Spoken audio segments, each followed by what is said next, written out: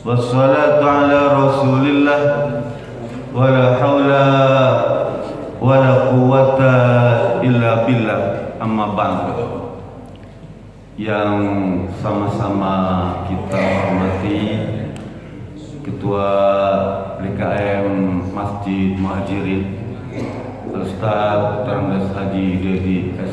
Ridwan serta para pengurus, dan juga kita hormati guru kita Ustaz Haji Nunu Zakaria yang selalu menuntun kita, dan tidak lupa juga kita sama-sama menghormati Ketua RW 13 Dr. Andes Afif ya.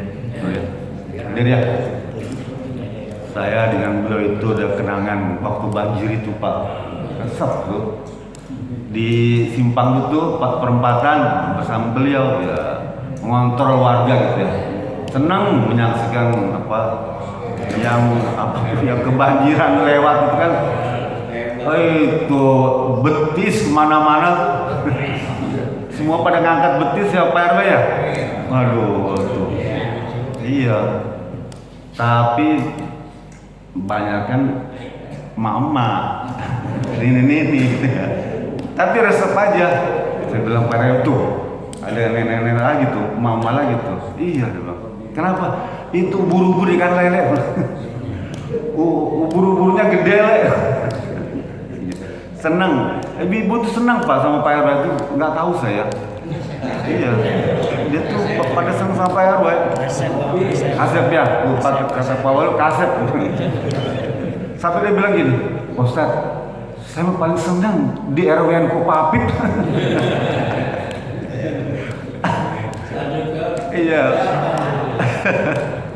Gitu ya, nih kebanyakan ini sih ini semua. Tapi nggak apa-apa Pak Raya.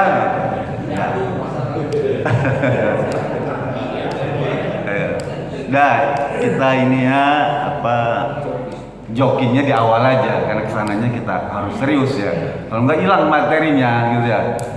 Sengaja saya sampaikan di awal-awal supaya nanti materi tidak terganggu. Kalau satu taruh di tengah nanti bapak-bapak lupa, ibu-ibu lupa. Ya, judul pagi ini apa?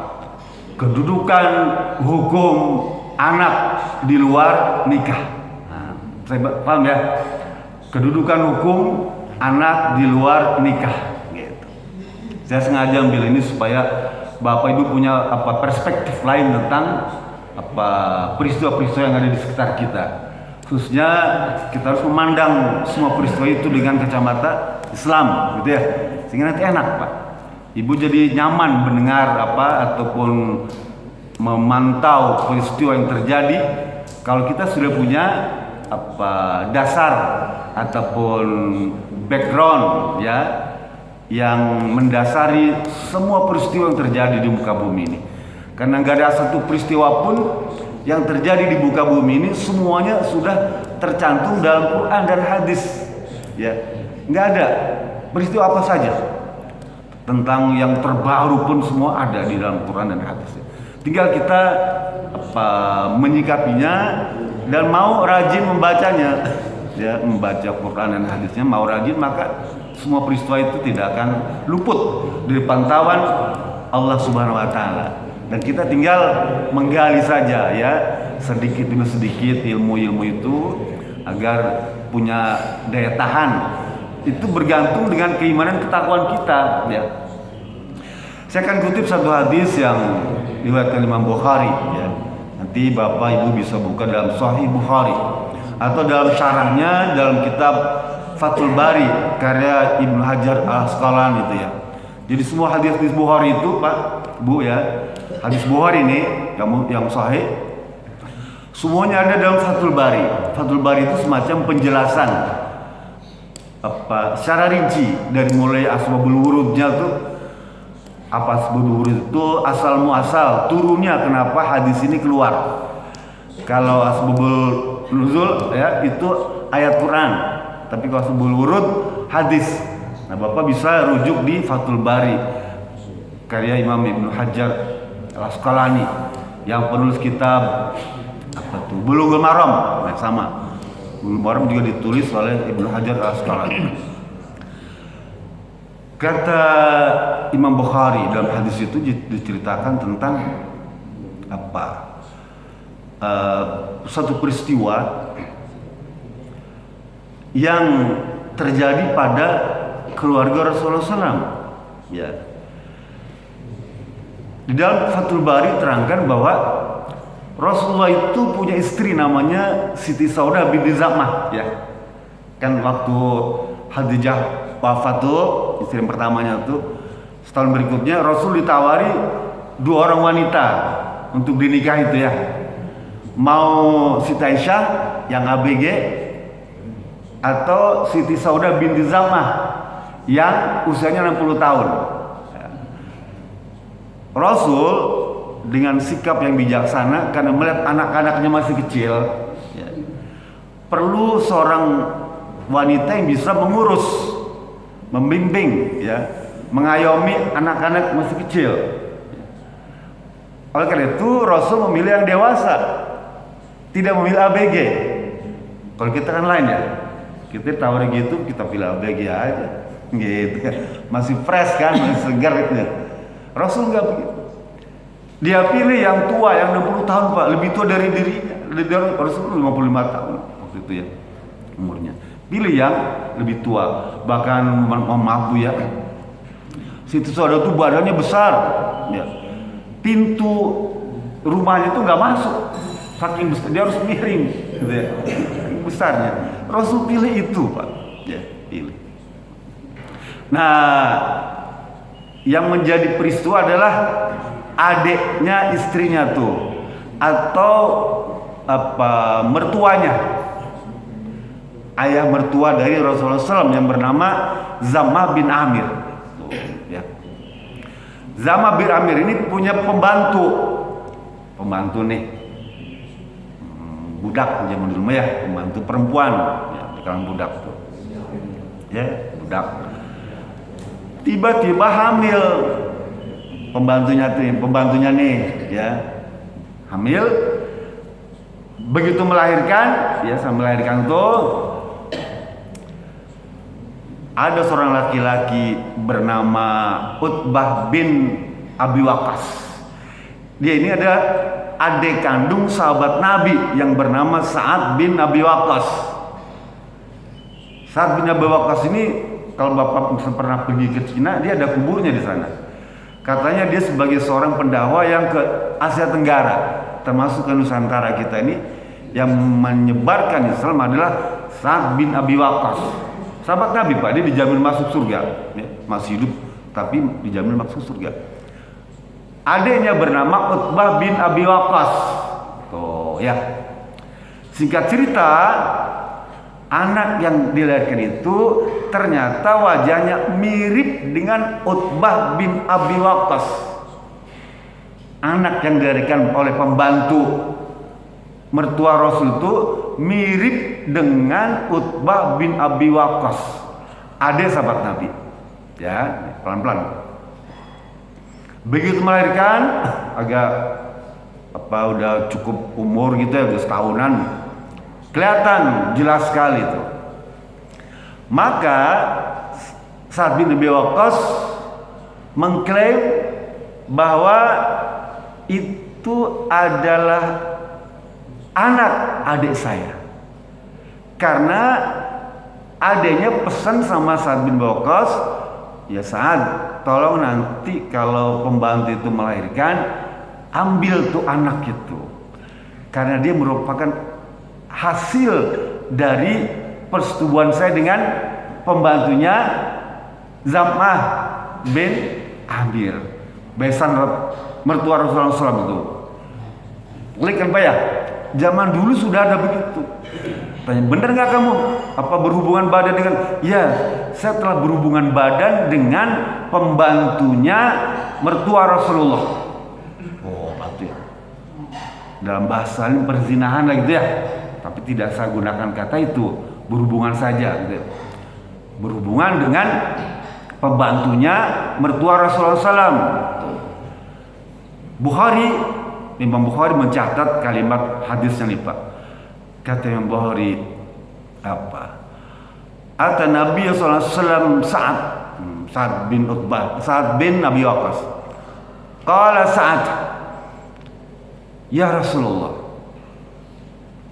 bintu akhi, ya, uhida ilayya fihi. Qala Abdun bin Zam'ah, akhi ya Rasulullah, waladatu abi furisha ilaihi. Qala Nabi sallam, al waladu lil farishi huwa laka ya Abdun bin Zam'ah. Kata Imam Bukhari, ada pertengkaran di antara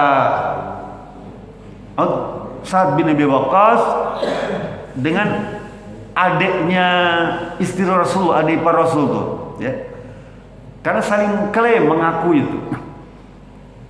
Kata Sa'ad, ya Rasulullah, itu saudara saya, bayi yang lahir itu, kata Sa'ad, itu saudara saya, karena dia anak yang dilahirkan hasil persetubuhan antara adik saya dan pembantunya mertua Rasulullah SAW, sehingga anaknya tuh mirip dengan adik saya.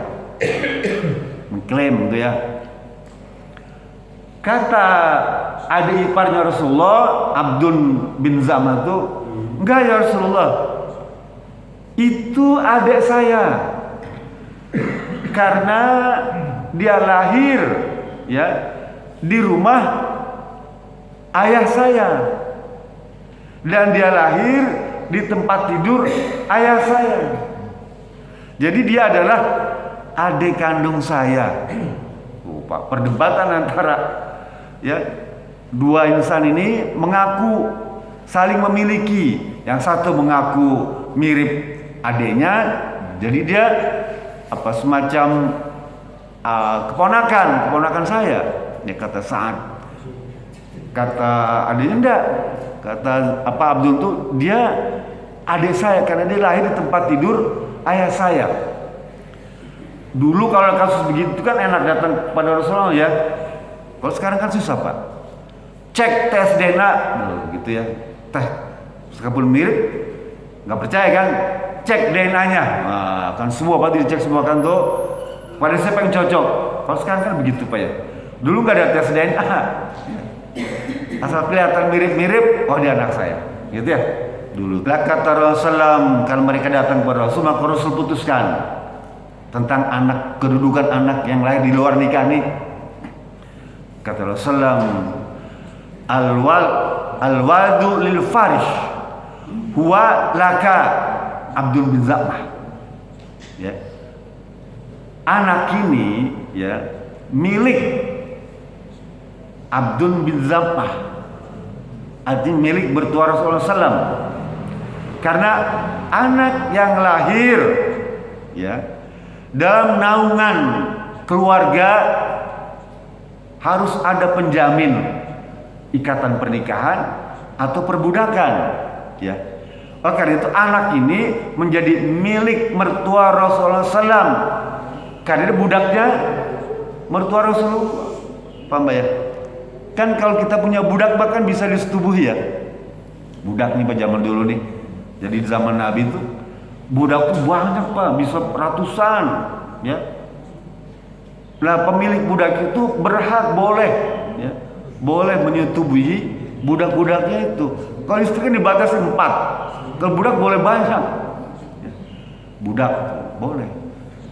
Tapi dulu, sekarang udah gak boleh lagi ya, gak boleh. Jadi kata Rasul bilang, itu adalah anak orang tuamu ya Abdul bin Zam'ah, jadi adik kamu. Sekalipun wajahnya mirip Sa'ad bin Abi Waqqas. Kalau sekarang sekalipun tes DNA-nya sama dengan orang yang menggauli, tapi dia tidak berhak karena tidak ada ikatan antara dia dengan wanita tadi dalam perkawinan atau perbudakan. Pak ya, gitu ya. Paham ya? Karena dalam Islam, maaf nih, sperma orang yang berzina maksud saya itu sangat tidak dihargai. Paham ya? Sperma ya, orang yang berzina itu sama sekali tidak dihargai ya. Karena tidak ada ikatan perkawinan ya. Yang dihargai adalah laki-laki yang memiliki ikatan perkawinan yang sah atau perbudak, maka dia bernilai. Yang pertama. Yang kedua, dalam rangka melindungi bayi yang dilahirkan. Bayangkan kalau misalnya tidak ada keputusan ini ya, maka bayi ini milik siapa ya? Yang mengaku-mengaku saja nggak bisa, harus ada keputusan hukum. Maka Islam memutuskan dia gitu. Lalu ayahnya itu ya, yang menjadi wali itu, dia bisa menjadi wali, bahkan bisa menjadi pewaris ya, untuk melanjutkan keturunannya. Sedangkan orang yang menghamilinya tuh, dia tidak menjadi pewaris, tidak menjadi wali bagi anaknya kalau perempuan. Kalau lahir orang atau anak yang dilahirkan di luar nikah, maka anak itu kata Imam Syafi'i ya, dia mengikuti ibunya ya, dan keluarga ibunya. Paham ya? Anak yang lahir di luar nikah, dia tidak mengikuti nasab orang yang menghamilinya, sekalipun sama tes DNA atau wajahnya mirip, tapi dia menjadi tanggung jawab ibunya dan keluarga ibunya. Paham ya? Jadi ibunya. Sedangkan yang menghamilnya tidak berhak, karena tidak ada pernikahan. Lalu bagaimana Islam menyelesaikan itu semua? Kan tadi Islam ini kan dalam rangka apa? Dalam maqasid syariah, Pak. Tujuan hukum Islam apa di antaranya? Hifdzun nasab, melindungi keturunan, melindungi nasab. Lah kalau begitu gimana tuh? Nggak ada nasab keturunannya. Maka ada hukum berikutnya bahwa nanti Bapak bisa rujuk dalam kitab apa Imam Syafi'i, semua kitab-kitab Imam Syafi'i memuat perkara ini, Pak, karena penting, Pak. Jadi gini, pelan-pelan. Kalau ada seorang wanita kedapatan hamil ya, di luar nikah, ya, nggak tahu siapa bapaknya, ya, maka sebaiknya dia segera dinikahkan, ya, dengan laki-laki, baik yang menghamilinya atau yang bukan menghamilinya. Ya, pelan-pelan ya. Kalau ada perempuan hamil di luar nikah, sebaiknya segera dinikahkan, ya. Baik dengan yang menghamilinya atau dengan yang bukan menghamilinya. Apabila akad nikahnya dilakukan 6 bulan sebelum bayinya lahir, pelan-pelan ya, dia dinikahkan nih, anak nih, sebelum 6 bulan sebelum bayinya lahir, ya, maka laki-laki yang menikahinya itu berhak menjadi nasab dari bayi yang dilahirkan, sekalipun dia bukan yang menghamilinya. Paham ya? Jadi 6 bulan sebelum lahir. Jadi bulan ketiga lah, ya. Bulan ketiga buru-buru tuh. Paling lambat bulan keempat, paling lambat itu ya. Lambat itu. Nikahkan dia. Kan kalau apa rahim dalam kandungan itu usia 4 bulan, kan lo turunkan tuh ketetapan, ya, 4, ruhnya ditiupkan, ketetapan umurnya ditetapkan, amal baik dan buruknya ditetapkan, takdir ditetapkan pada usia 4 bulan, kan? Sebelum itu kalau sudah dinikahkan, dinikahkan tuh, lahir 6 bulan berikutnya, maka yang menikahi tadi sebagai ayah kandungnya. Paham ya? Sekalipun bukan dia yang menghamilinya, tapi dia tetap menjadi ayah kandung. Kan demikian udah tenang kan ya? Kalau menjumpai kasus-kasus seperti ini. Tetapi kalau misalnya dinikahkannya kurang dari 6 bulan sampai melahirkan itu, ya, begitu lahir tuh anaknya mirip dengan yang menikahi tadi, paham ya? Mirip tuh. Tetapi dia tidak berhak menjadi ayah kandung atau pewaris atau wali dari anak yang dilahirkan wanita tadi, karena pernikahannya kurang dari 6 bulan. Contoh, dinikahkannya pada usia ke-7, begitu perutnya udah besar tuh, ya, dikawinkan. Kamu dengan siapa berhubungan badannya? Dengan si Joni panggil, ya. Kamu dipaksa kawin. Oh, ya, kawin. Begitu lahir benar anaknya mirip si Joni. Ya. Gak ada nama Joni kan di sini ya? Ada. Joni mirip. Berarti iya, memang saya menghamili dia. Lah karena pernikahannya kurang dari 6 bulan, maka dia tidak berhak menjadi ayah kandung dari bayi yang dilahirkan, bahkan dari hasil persetubuhan dia dengan wanita tadi. Karena pernikahannya kurang dari 6 bulan. Ya. Ini adalah ketentuan hukum jumhur ulama. Ya? Jumhur ulama begitu. Ya. Termasuk dalam kompilasi hukum Islam Indonesia. Kan umat Islam Indonesia Pak, enak Pak, kita ada KHI namanya, kompilasi hukum Islam Indonesia. Semuanya mengacu di sana. Semua Quran, hadis itu dikumpulkan di situ, lalu dirumuskan masalah-masalah yang muncul di setiap masyarakat ini, maka dibuat dalam kompilasi hukum Islam Indonesia. Bapak misalnya nggak perlu repot-repot kalau kita nggak menguasai tafsir Quran, ya, tafsir hadis, pegang KHI, ya, kompilasi hukum Islam. Kitabnya tebal sekali itu, ya. Atau pegang ulama. Nah, pegang ulama yang Bapak yakin itu udah, karena mereka semua merujuk kepada Quran hadis. Gak ada satu ulama pun ya yang muktabar, ya, yang recommended maksud saya, nggak berpegang pada Quran hadis. Seluruh mazhab tuh Pak, yang mazhab semuanya berpegang pada Quran hadis. Kalau begitu semua peribadatan itu relatif sama. Yang berbeda cuma sedikit aja, ya, nggak banyak Pak. Dan kita disuruh umat Islam ini cari persamaan di kalangan umat Islam itu, ya. Persamaan, karena paling banyak persamaan. Perbedaannya sedikit. Jangan suka cari perbedaannya, ya. Nanti akan bersilang jalan, ya. Kalau Bapak selalu cari perbedaan, mohon maaf ya, maka nggak akan ada titik temu, ya. Nggak akan pernah ketemu dan nggak pernah selesai masalah-masalah khilafiyah. Cari persamaannya. Dalam membangun masyarakat harus cari persamaan, gitu ya. Kembali. Jadi anak yang dilahirkan itu menjadi milik orang yang ada ikatan pernikahannya sebelum 6 bulan, maka dia menjadi ayah kandungnya atau pewarisnya atau walinya. Kalau kurang dari 6 bulan, maka dia bukan menjadi ayah kandungnya, bukan pewarisnya, bukan walinya. Paham ya?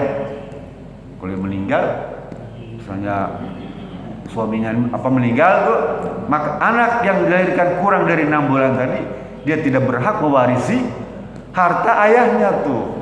Ya, ayah kan artinya dia di luar ketentuan hukum tadi. Jumhur ulama seperti itu Pak. Ya.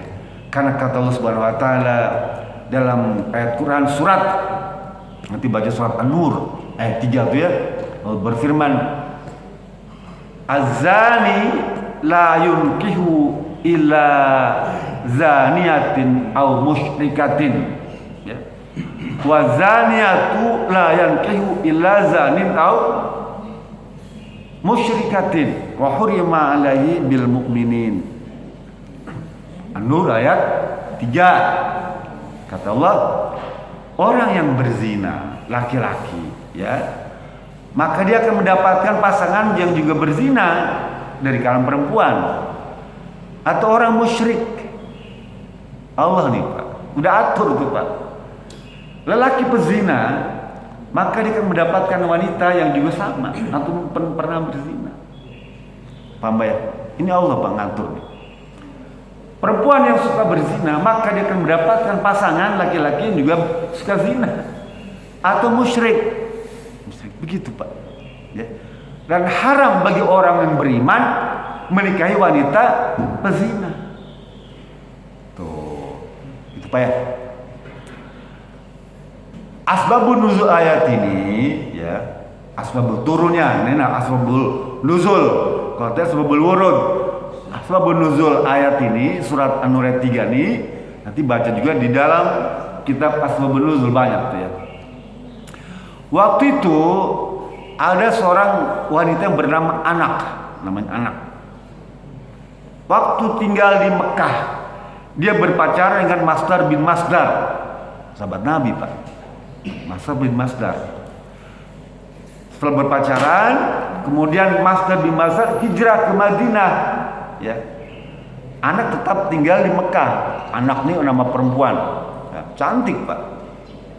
Singkat cerita, kemudian suatu kali Masdar bin Masdar ini yang tinggal di Madinah itu pulang kampung ke Mekah, ya. Dia dapatkan anak itu telah menjadi lady escort. Apa lady escort itu ya? Kalau sekarang mah istri simpenan, gitu ya. Simpenan betul ya? Atau perempuan bukan istri, wanita simpanan. Nah, gitu ya. Kalangan pejabat elit tuh wanita simpanan. Wanita simpenan, bukan simpan. Kalau simpanan kan biasa di bawah bantal ya. Atau taruh di bank tuh simpanan namanya. Bawah bantal atau taruh di bank. Kalau simpenan taruh di atas bantal. Atau taruh di gunung sana tuh, di kampung yang ngincat. Kalau simpanan digesek keluar uang, Pak. Di ATM dia. Kalau simpanan digesek keluar anak. Nah, jadi Masdar bin Masdar pulang kampung. Nah, dia tahu bahwa pacarnya telah menjadi lady escort, wanita simpenan kalangan pejabat di kota Mekah. Tuh, dia celbek ada ya. Senang lagi gitu kepada mantan pacar tuh. Dan ada niatan untuk menikahi mantan pacarnya nih, yang sekarang sudah jadi wanita simpenan tuh, ya. Dia datang pada sahabat, dia bilang, jangan, nggak boleh, ya kamu nggak boleh menikah itu. Datang kepada Nabi mengadukan ini, ya Rasulullah, bagaimana saya pengen menikahi pacar saya, tapi dia sekarang sudah menjadi lady escort, ya Rasulullah. Rasul nggak menjawab itu, Pak. Sampai turun ayat ini, Pak. Azani la yankihu illa zaniyatin aw musyrikatin. Orang yang berzina, yang suka berzina, maka tidak boleh dinikahkan dengan orang yang suka berzina juga atau orang musyrik. Perempuan yang suka berzina, ya, tidak boleh dinikahi dengan laki-laki, ya, kecuali yang juga penzina atau musyrik. Haram hukum menikah itu. Ya, hurima. Hadis ini kemudian dibicarakan oleh para sahabat semua, ya, termasuk ulama-ulama sampai sekarang, bahwa yang dimaksud hurima itu, haram itu bukan haram dilarang, ya, tapi merupakan tanzih atau dibenci. Paham ya? Kan enak kan kalau kita tahu hukum ya. Kalau begitu kita boleh menikahi pezina. Dalam hal ini maka dibolehkan, karena tidak diharamkan, tapi dibenci saja. Kalau itu nggak ada itu ya. Kalau gitu aman dah ya. Maksud juga aman, sahabat Nabi merasa aman, karena ditafsirkannya bukan diharamkan, tidak berdosa, tapi cuma dibenci, tidak disukai, gitu ya. Oleh siapa? Oleh masyarakat. atau oleh Allah Subhanahu wa taala. Maka kemudian dinikahi itu dalam rangka untuk menyelamatkan, bahkan diperintahkan untuk bertobat dulu wanita tadi baru dinikahi. Paham Pak ya? Kembali ke yang tadi tuh, yang 6 bulan tuh ya. Imam Hanafi ini apabila pernikahan terhadap wanita yang hamil tadi itu, maka dia tetap menjadi ayah kandungnya sekalipun sehari pernikahannya sebelum melahirkan. Jadi ada ketentuan hukum menurut mazhab Hanafi. Kalau tadi jumhur ulama tuh ya, maka laki-laki yang menikahinya sebelum lebih dari 6 bulan maka dia jadi ayah kandungnya. Kalau kurang dari 6 bulan maka dia tidak boleh jadi ayah kandungnya sekalipun mirip. Kata Imam Hanafi, maka anak yang dilahirkan ini kalau tidak dinikahkan dengan seseorang menjadi milik siapa? Apakah cuma menjadi milik ibunya saja? Lalu di mana kedudukan hukum Islam yang melindungi hak ataupun nasab? Kan tujuannya hukum Islam nih Pak, namanya maqasidus syariah tuh. Bapak cek tuh di buku atau di Google, maqasidus syariah itu ada 5 tuh. Melindungi jiwa, melindungi akal, melindungi harta, melindungi nasab tuh. Tujuan Islam itu di situ Pak, melindungi keturunan. Kata Imam Hanafi, maka dia berfatwa Pak.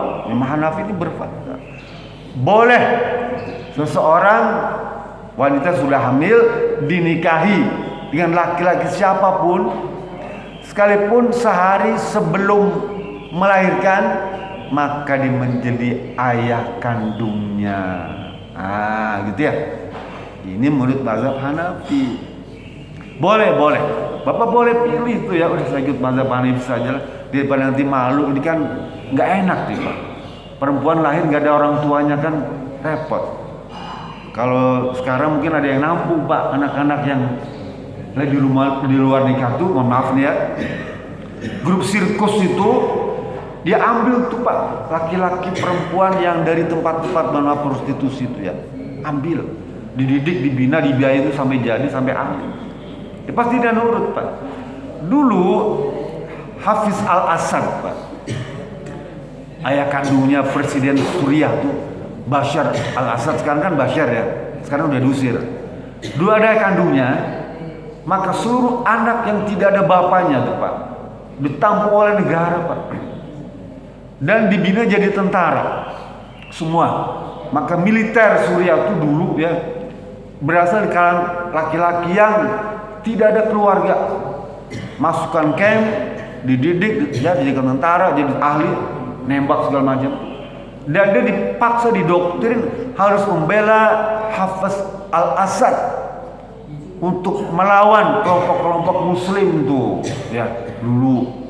Pokoknya kalau ada orang-orang muslim yang fanatik, hadapi, tembak, bunuh. Wow, luar biasa Pak.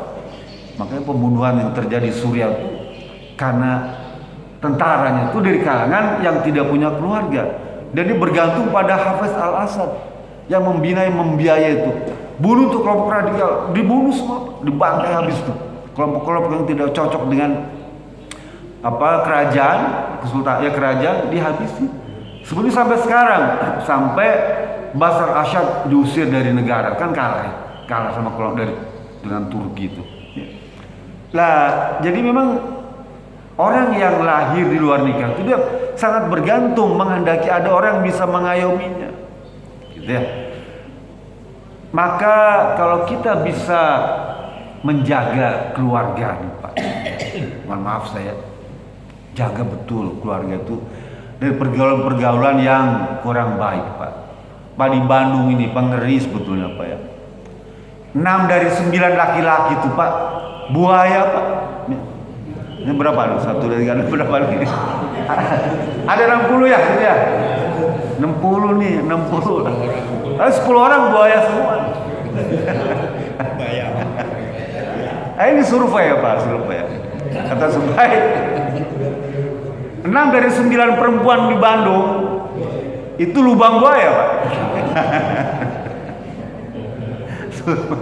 Sama aja, iya sama aja. Nah, jadi jaga Pak keluarga kita Pak ya, jaga kehormatan ya, kehormatan keluarga, karena itu menjadi aib Pak ya.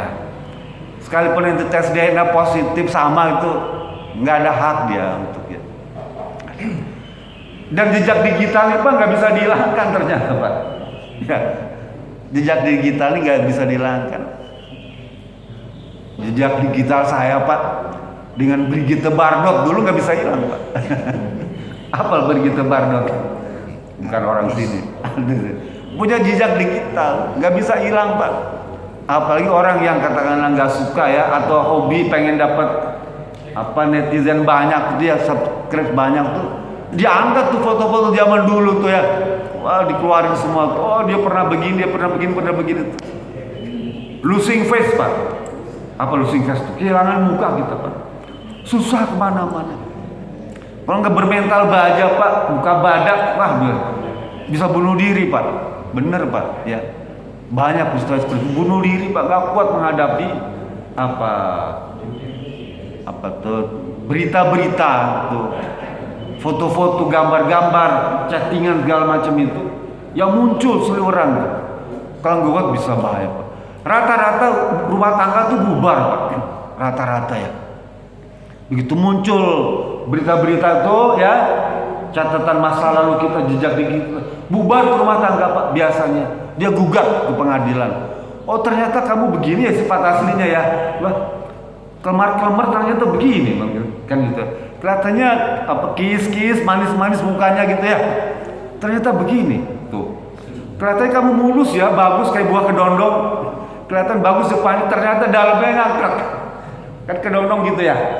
Mendingan buah durian, meskipun kasar kelihatannya itu, tapi hatinya halus, lembut kan dalamnya ya. Buah durian itu kelihatannya kasar, sangar gitu, ya kayak preman. Tapi dalamnya dia lembut, halus, bersih, kayak buah manggis kan. Biarpun kelihatannya jelek pakai jaket hitam nih, pakai baju hitam, tapi dalamnya putih, hatinya bersih putih gitu ya. Gitu Pak.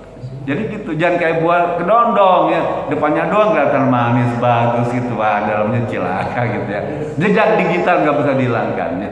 Jadi saya pesan kepada diri saya, keluarga saya, dan Bapak semua, jaga Pak. Jaga diri Bapak, diri Ibu semuanya ya. Oke lah, usah dengerin, nggak usah terpikat dengan rumput tetangga lebih hijau, jangan. Atau burung tetangga lebih berkicau. Jangan, ya, ibu jangan ngomong begitu, burung tetangga lebih berkicau, jangan. Udah, stop, gitu ya, kita udah pada tua. Dan anak cucu kita jaga keturunan kita dengan baik-baik. Ku anfusakum wa ahlikum naro, gitu ya, jaga keluarga dan keluarga semua, ya turunan kita. Rasanya itu ya, mudah-mudahan Allah memberikan kemudahan kepada kita semua, menuntun kita dan membimbing kita pada kebaikan, jalan yang benar. Itu saja, lebih kurang maaf. Fattaqullaha tata'tum wa'lafu minkum billahi sabrillah. Assalamualaikum warahmatullahi wabarakatuh.